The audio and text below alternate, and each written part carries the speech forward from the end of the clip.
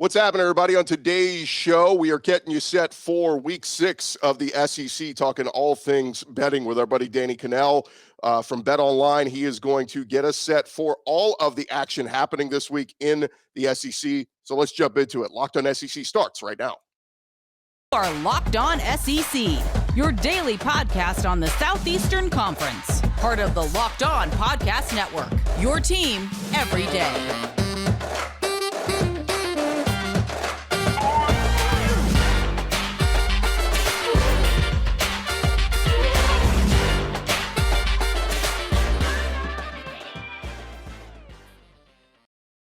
And what is happening, everybody? Welcome into Locked On SEC. I am Chris Gordy. Today's episode brought to you by Underdog. Sign up on the UnderdogFantasy.com with the promo code Locked On to get your first deposit doubled up to $100. Underdog is the place to go. I am Chris Gordy. This is Locked On SEC. We got tons of action to get into and tons of betting lines from our friends over at BetOnline to jump into. And joining us now is our buddy Danny Kanell to get in on all the action. And Danny, we did not get a huge protest the last time you were on from all the SEC fans. They actually really liked you on the show. So I said, all right, well, we got to get Danny back on again and talk all things SEC. How are you, man? Awesome. Good to be back, Chris. It's good that hopefully you didn't lose a lot that just clicked off right away or X'd out or said, I can't listen to it. Hopefully they can see I can be objective and looking around the conference. And it's always fun, man. You guys have the best fans in the world. So I'm thrilled to be back on. Yeah, and look, there's some really talented teams in this league, and we're starting to, going into week 6, we start to kind of separate the contenders from the pretenders, who's real and who's not. And now we're starting to see maybe Texas A&M isn't. Alabama and Georgia look the real deal, although Georgia's kind of played with fire a little bit in recent weeks, but still some really good football. So I figured we'll jump into it. We have a full slate, Danny, of SEC versus SEC teams. So let's jump right into it. The early game, which in my opinion should be the prime time game. I don't know how the TV networks missed on this, but Tennessee, the undefeated Volunteers, are going to LSU. BetOnline's got the line at about Tennessee, a 3-point favorite. This is a great game for both sides because if Tennessee loses it, it doesn't necessarily mess up what they need, what they want to do, because it's a loss to a Western team, not an Eastern team. And for LSU and Brian Kelly, hey man, you got nothing to lose. You're kind of playing with a house deck right now at 4-1. An opportunity here to get a big marquee win of the Brian Kelly era. No doubt. Chris, just a real, I totally agree with you. I think the wrong game is in prime time. I think if I'm correct, and I remember this, from being in some meetings, whether it was at ESPN or now at CBS, I think CBS has to pick the prime, like the way they draft the games. I think they have to declare it before the season starts. I don't think it's one of those ones they could switch late because they only get a couple. I think they get 2 primetime games, and it used to be always LSU-Bama. They'd pick that one early, and it always worked out great. This one we all had circled, right, for that Nick Saban versus Jimbo, and then of course now. But that's I think that's how it works. Now if I'm a TV executive, I'm like, how can we not switch that? I don't think they can, but you are 100% right. This to me is the game of the week in the SEC for so many different reasons. I like Tennessee a lot coming into the season. I like them even more now. I like them in this game to win and cover. To me, I think LSU has been a great story. But I think Tennessee, to me, is just the better team and definitely the better offense, although Jaden Daniels has done a really nice job and Mike Denbrock has done a good job utilizing his legs. But I like Hendon Hooker a lot. I think he's my pick to win the Heisman right now, if especially if you like odds, a little bit of a longer shot. But I love the way he plays in this system. And I thought that win against Florida was one of those monumental moments for a program that had really struggled against their rival. They get past that hurdle. Now they're going to be playing with a lot more confidence. And you mentioned it, the fact that this is noon, I actually think helps Tennessee because we all know what Baton Rouge is like at night. Not quite the same at Tiger Stadium. Not to say they won't be loud and they won't be crazy and it'll be a tough place to play, but not the same as it is at night. So I actually think Tennessee gets a little bit of a bonus here playing in the early slate. And, LSU's it's been a surprising upside to me, but I think you do dig into some of their wins and they're not as impressive as maybe they would be in years past with some of the opponents having a little bit down years of the teams they've beaten. And I believe more in Tennessee. Yeah, LSU kind of toying with Auburn a week ago and messing around with blowing that one. And the big one in this game, Danny, I'm looking at is neither quarterback has thrown an interception. Who makes that mistake? Is it Hendon Hooker? Is it Jaden Daniels? So we will see what happens in that one. Another one of the early games, it is Mizzou at Florida. And it's so funny, Danny. Mizzou's losing, on a 2-game losing streak. However, man, are they fighting hard? They should have won at Auburn. They really had Georgia on the ropes a week ago. Could have won that one. Florida seems to be kind of getting themselves right here. We're starting to see Anthony Richardson throw for some touchdown passes. Had that great second half against Tennessee a couple of weeks ago. Florida around a 10-point favorite, but man, I like what Eli Drinkwood's team is doing. They're fighting hard. I do too. I think Florida wins the game, but you mentioned it. Missouri's been playing really good football, and I think a lot of attention was paid to Georgia. Like, what's wrong with Georgia when they're struggling? And it was different because the Kent State game for Georgia was more about a sleepwalking through it, and then they wake up and they take control and they pull away. They don't cover, but they pull away, and you're like, okay, that was your game that you kind of you overlook the opponent. Missouri, I thought was going to be their wake-up game, and then they come back, and I think a lot of people just said, oh, what's wrong with Georgia's offense? What's wrong with Georgia? Why aren't they a superior? I thought that was more about Missouri and a team that is playing better than we thought. You mentioned it. They should have beaten Auburn. If they can make the kick, if they can get it across the goal line without fumbling going in, they win that game and played Georgia tough as nails. I like Missouri in this one, getting all these points. Anthony Richardson, I thought that was a great game for him against Tennessee. I thought it was exactly what you needed to see if you're Billy Napier, who has been all in on Anthony Richardson from the get-go, from spring ball. He's liked the leadership perspective that he's provided. But I'm not at the point yet. Like Hendon Hooker, I talked about what that game meant from him and Tennessee program. He had already laid a foundation for an entire year of 31 touchdowns, 3 interceptions. Anthony Richardson, still a little bit of a bumpy ride for him at quarterback. And I think it'll be a little bit of a closer affair. So I'll go ahead and take Mizzou and all those points playing in Gainesville. Yeah, you talk about trying to get right. There's a team that really needs to try to get right, and that's the Arkansas Razorbacks. An upsetting loss at A&M or against A&M 2 weeks ago, and then last week against Alabama. Man, I thought they had a chance. They make it 28-23. Bryce Young's not in the game, and all they do is just give up big 70-yard touchdown runs to Jahmyr Gibbs and Jalen Milroe, and it was disappointing. Arkansas's defense is really hurting. They're going to Mississippi State, to Starkville. Man, those cowbells are going. Will Rogers is on fire right now in that air raid Mike Leach offense. Mississippi State, a 5.5-point home favorite. Man, Danny, it's hard for me to look at this and not see Arkansas's 3rd straight loss coming. I do too. I like them versus the number, though. I do think the one way to slow down this offense is to potentially to get to the quarterback who's playing. Will Rogers playing as good as anybody, not in the conference, in the country. And of course, you can say all you want about the Mike Leach system, the air raid. He is, thriving in that system, which we've seen a lot of quarterbacks do. But he's still playing at an extremely high level. But the one way to disrupt that is with pressure up front. And that's the one thing I'm curious to see if Arkansas, who leads the conference in sacks, if they can get that pressure that they were unable to get against Alabama. I do think they'll have some more success getting to Will Rogers. And you're right. Like, I think Arkansas, I think they're getting a little bit of value here because had they beaten Texas A&M, which they should have, right? I mean, they were up. It could have been 21-7. Instead, you get that massive swing of the 98-yard return for a touchdown. You get the field goal that misses at the end of the game. They should have won that game, and it could have really been, a 2-touchdown win or more.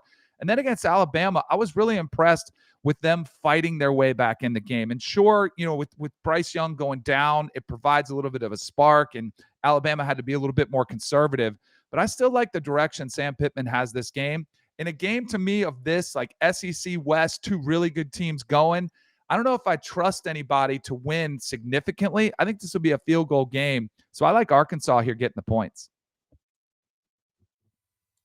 I want to quickly remind you that this episode is brought to you by Underdog Fantasy, the easiest place to spice up the college football season. I'm on the Underdog app right now, and one of my favorite things to do is go to the higher lower. It's a very easy way to get in on the action on the games this weekend. All you do is look at some of the totals for some of the players out there. For instance, I'm going to have one of my TVs on Texas and Oklahoma. Kind of want to see an early scouting report on those 2 teams before they get to the SEC. But looking at some of the over-unders, they've got Quinn Ewers listed as the starter. He's expected to probably be back for Texas. 249.5 passing yards over-under. I'm going to go the under on that. And then Bijan Robinson, 99.5 rushing yards for Texas. I think Oklahoma's going to load up, stack the box. They want to slow down Bijan Robinson.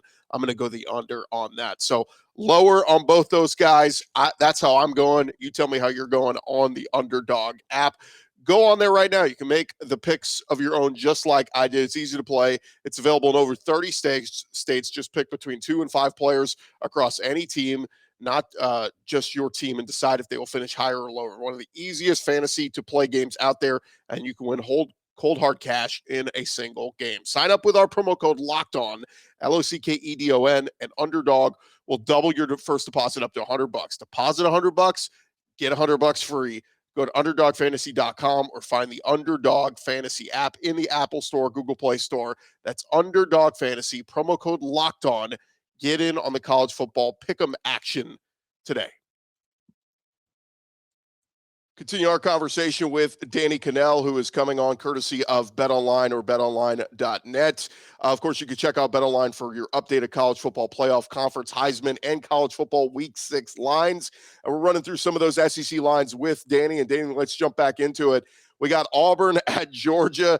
This line has been very interesting to watch just because of how both teams are playing. Georgia's not playing their best like they were the first few weeks of the season, and Auburn, I think everybody's kind of looking at it and saying, all right, when's Brian Harsin getting fired? What week is that going to happen?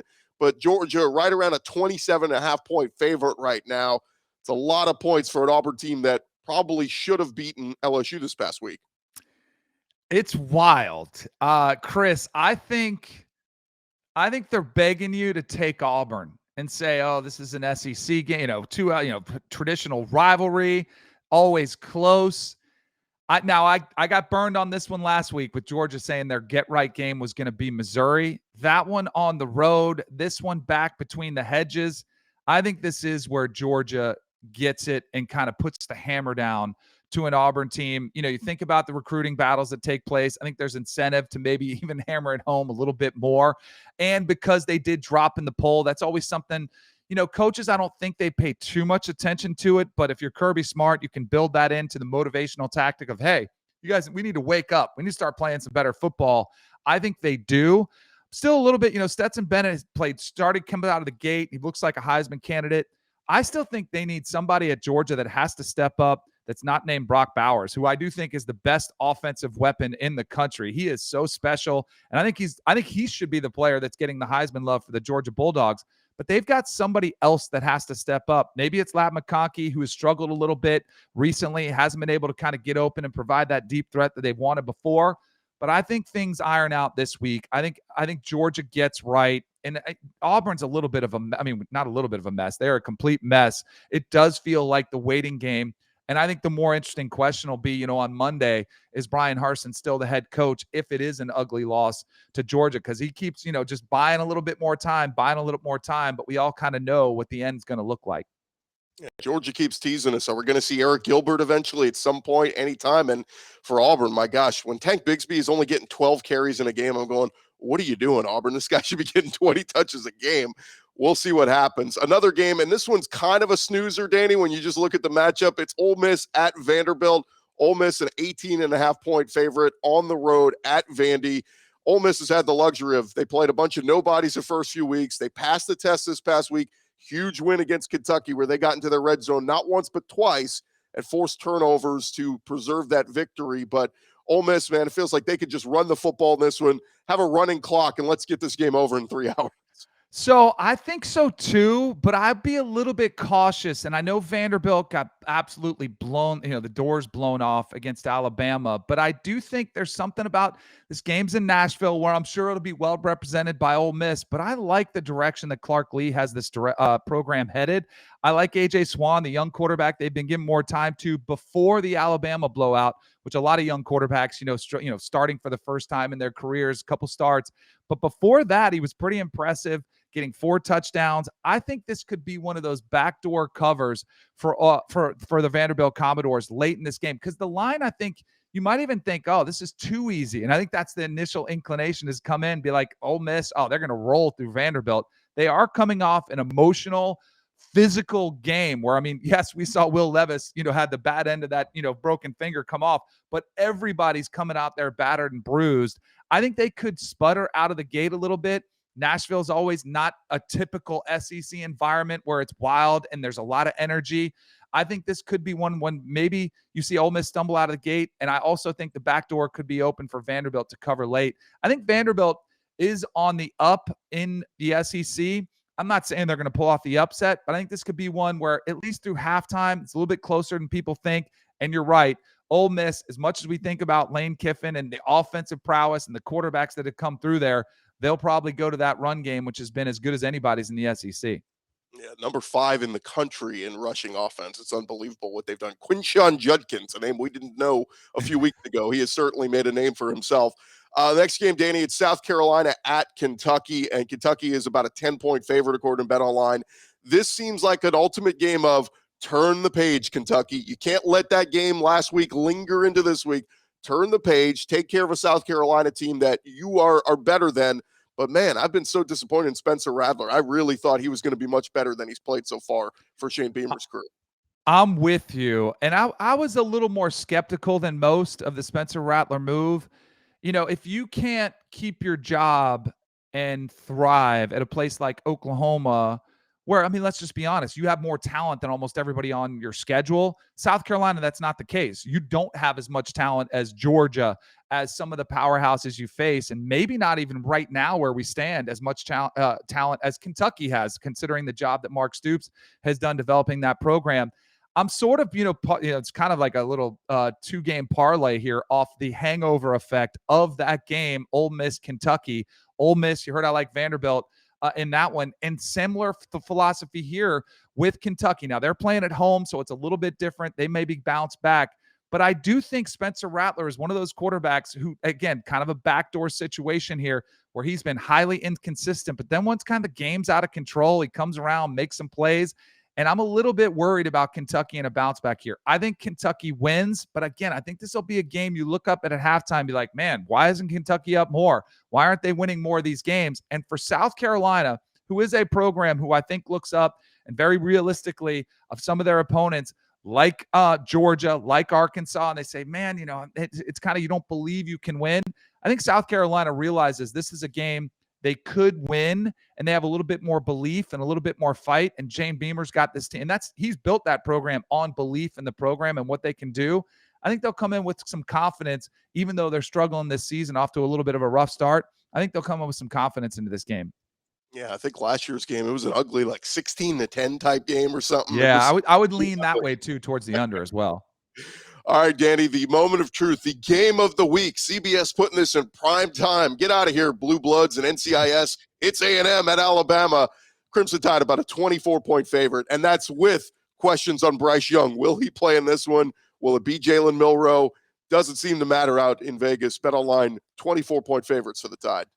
I do think, Chris, that the line tells you that Bryce Young is going to play. I could be totally wrong on that, but I just look at it. It is a pretty big number, but I'm going to lay it. I'm going to lay those points because I do think this is a game, obviously, for all the obvious reasons. Alabama's heard all offseason about Texas A&M beating them last year in College Station when Zach Calzada somehow turned into Aaron Rodgers.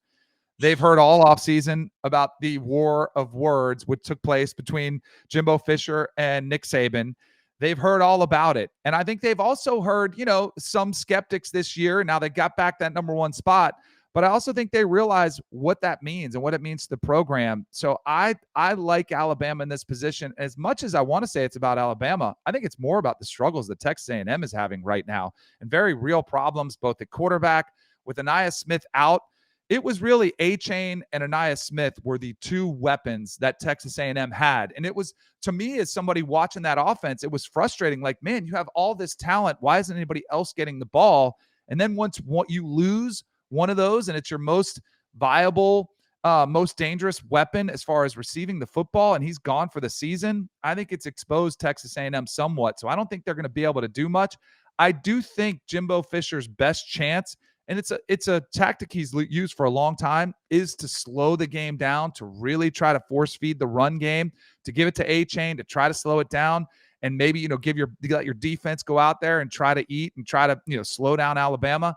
I just don't think they're going to be. I think they'll maybe keep it competitive for a half, but once the floodgates open, I think they will open because Texas A&M is not designed to get in a shootout with Bryce Young or Jalen Milroe in any circumstance. So I'd say Alabama wins big at home.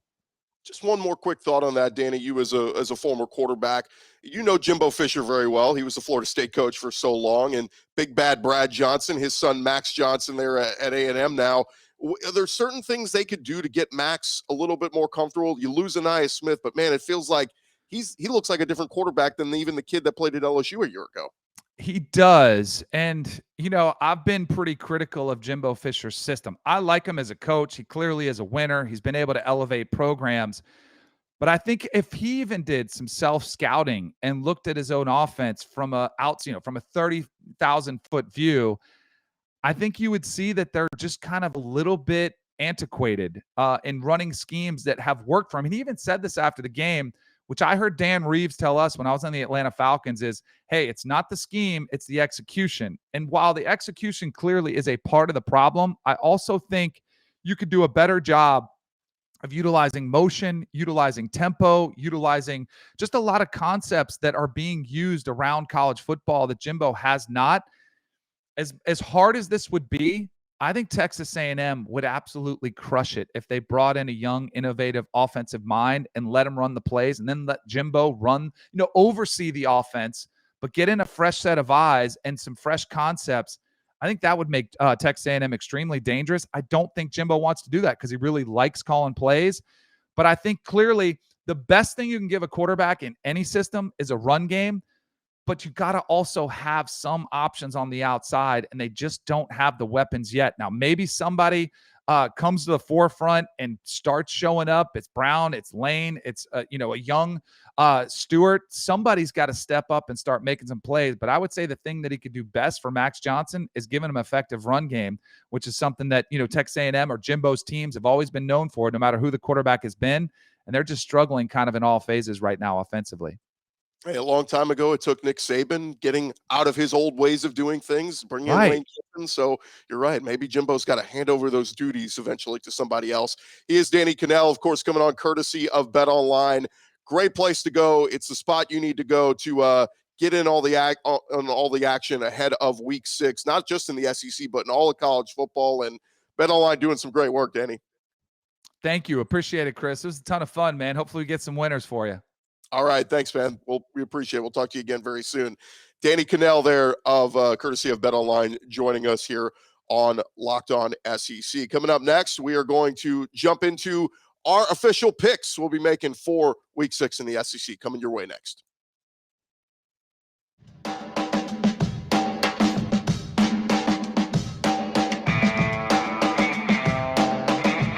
All right, continue on here on Locked On SEC, and it's about that time. We ran through some of the games this weekend with Danny Kanell. You heard his picks. Now it's time for us to go on the record, make our official picks. So let's jump into it. SEC Week 6. Here's where we're going with our picks. We'll start with number 8 Tennessee at number 25 LSU. It's an 11 a.m. Central game on ESPN. Just a couple notes on this one. LSU wide receiver Chris Hilton recently underwent shoulder surgery. He's expected to miss the rest of the season. He had 7 catches for 109 yards this season for LSU. It's a little depth there, a depth loss for LSU. They still have Kayshon Boutte and Malik Neighbors and Jack Besh and all those other guys ahead of them, so they should be fine there. Josh Heupel says that wide receiver Cedric Tillman did return to the field this week in practice, but the overwhelming belief is that they're going to play it safe, and Cedric Tillman will not play in this game. But they still got Jalen Hyatt. They still got so many other weapons. I think this, if LSU's offense can find their high-flying passing power but behind Jaden Daniels, who is expected to play, and they can score 30 points, I think they have a chance to win this game. But if LSU can't hit 30, I think they lose. And so I'm going to take Tennessee minus the 3 in Death Valley at LSU.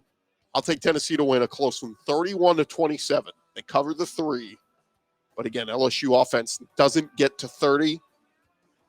Tennessee's offense or defense, not the best in the SEC, but I think this is a huge test for them, and they will pass the test if they can hold the LSU offense under 30. So we're taking Tennessee minus the 3. Next up, we got 3-2 Arkansas at number 23 Mississippi State, 11 a.m. Central on the SEC Network. Mississippi State quarterback Will Rogers was just named the Manning Award Quarterback of the Week. On the flip side, after not participating in the first two practices this week, Arkansas quarterback KJ Jefferson was able to get on the field Wednesday. Sam Pittman confirmed he is going to be part of the travel roster. They believe he's recovering from, or reports are believed he's recovering from a concussion. Cade Fortin sounds like he will be the guy to get the start if KJ Jefferson is definitely out. Fortin is a walk-on, but was previously on scholarship at North Carolina and South Florida before he entered the transfer portal a second time. I just think Mississippi State's playing so well at home this year. Those cowbells are rocking. And unfortunately, I think Arkansas takes their third straight loss. Give me Mississippi State minus the 9. I think that they poured on Arkansas. Again, maybe I'm too reactionary. Arkansas, I thought they had a chance last week against Alabama. Cut it to 28-23, and then Alabama just steamrolled them with all those rushing yards. I'm doubting Barry Odom, and I'm doubting that Arkansas defense. I think Mississippi State wins, and I think Mississippi State covers that 9. Give me State minus 9 and the win over Arkansas. Next up, it's 2-3 Mizzou at 3-2 Florida, 12 Eastern on ESPNU. A few notes from this one. Florida linebacker Ventrell Miller says he is 100% after his recent injury, so it sounds like he's a go. And Missouri wide receiver Dominic Lovett, questionable. A lot of people thinking he won't play in this one. Freshman Luther Burden listed as probable. Running back Elijah Young and offensive guard Luke Griffin have been ruled out for Mizzou. I like what Mizzou's been doing these last couple of weeks, albeit in losses. They're a scrappy bunch. They should have won at Auburn. They were beating Georgia for 3.5 quarters last week. But I like what I've seen out of Anthony Richardson these last couple of weeks. Really got his mojo back in the loss to Tennessee. Didn't give up, didn't quit, had his best career game yet. Looked good this past weekend against Eastern Washington. I like Anthony Richardson. Give me Florida minus the 10.5. I know it's a lot of points, but it's the Swamp, and the Swamp will be rocking. I like Florida minus the 10.5. Next up, 3-2 Auburn at number 2 Georgia. It will be 3:30 Eastern on CBS, the Deep South's oldest rivalry. Normally when it comes to a rivalry game, you throw out the records, but history is not on Auburn's side here. Georgia has won 5 straight, dominated the series over the last 20 years. The Bulldogs have a top 5 score on offense and defense. It's a lot of points, man. BetOnline's got a 29.5. I saw it 30 other places. Man, 4 touchdowns. Can Auburn keep it within 4 touchdowns? That's the question. I want to take Georgia minus the 29.5. I think they win big. I think they win ugly. Let's say a 45-10 type score. Georgia with the cover. Auburn with a blowout loss. Robbie Ashford, going to be a rough day at the office for him. And I think maybe come Monday, Brian Harsin, no longer the head coach at Auburn. Well, we'll see. It's a rivalry game. Could be close. Next up is number 9, Ole Miss at 3-2 Vandy, 4 p.m. Eastern on the SEC Network. Ole Miss, one of only 4 SEC teams still undefeated, trying to keep pace with Alabama in the West. Vanderbilt has the SEC's longest active streak with at least 1 takeaway at 14 straight games. But Quinshon Judkins helping power that number 4 running attack in the country, along with the TCU transfer Zach Evans. Judkins leads all freshmen, ranks 12th in the country in rushing with 107 rushing yards per game. I don't think Ole Miss even needs to throw a pass here. I think they just run the ball all day on Vandy. Keep a running clock. Let's get this one over in under 3 hours. Give me Ole Miss minus the 17 at Vandy. Again, pretty big line. Clark Lee's done a great job at Vandy, but I just think they're getting into the thick of it where they're playing SEC teams much better than them. Give me Ole Miss minus the points. Am I taking everybody minus the points here? I feel like there's got to be one upset, right? Somebody's got to cover. Next up, 3-2 South Carolina is at number 13 Kentucky. 7:30 Eastern on the SEC Network. If you missed the news on Thursday, Kentucky Sports Radio's Matt Jones put out there Will Levis, listed as questionable for this game, said he has an injury different than the finger that obviously he had the bent finger last week.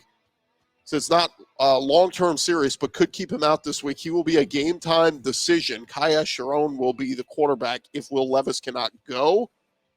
Just because of that news, give me South Carolina plus the 6. Keep in mind, a year ago, I think Kentucky won this game like 16-10. It was very low scoring, very ugly. Will Levis only threw for like 100 yards in the game. So maybe it's close. I don't think it should be. I think Kentucky should turn the page after the disappointing loss at Ole Miss a week ago that they really should have won. I think they need to bounce back and beat South Carolina handily this week. But if Will Levis can't go, I'm jumping on Spencer Rattler in South Carolina and give me Marshawn Lloyd to have a big day on the ground. Lastly, 3-2 Texas A&M at number 1 Alabama, 7 p.m. Central on CBS. Things have gotten so bad in College Station that one Aggie fan called the Paul Feinbaum show talking about Jimbo Fisher's $95 million buyout.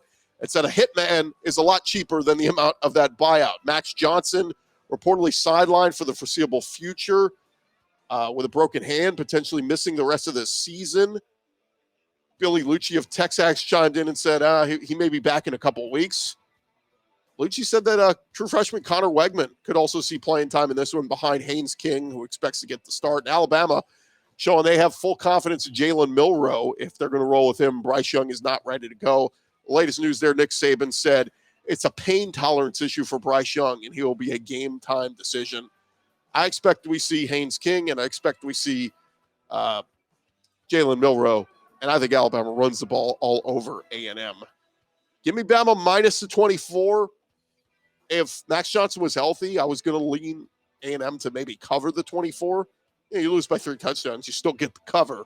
But I like Alabama to absolutely steamroll A&M, particularly for the comments of the offseason with the Jimbo Fisher, Nick Saban spat. So we'll take Alabama minus 24. So a lot of spreads that we're taking. Look, if you want to take a chance on somebody money line, I might lean maybe taking LSU in the home upset. Again, it's Death Valley, but it's 11 a.m. It's not 7 or 8 o'clock at night. And maybe if you really want to get spunky and want to feel another chance at an upset, maybe take Mizzou at Florida. Just, again, if you're getting good enough odds. I'm not saying I'm predicting them to win, but if you're getting good enough odds, why not jump on that? But whatever you do, just keep your money off A&M. Keep your money off Vandy.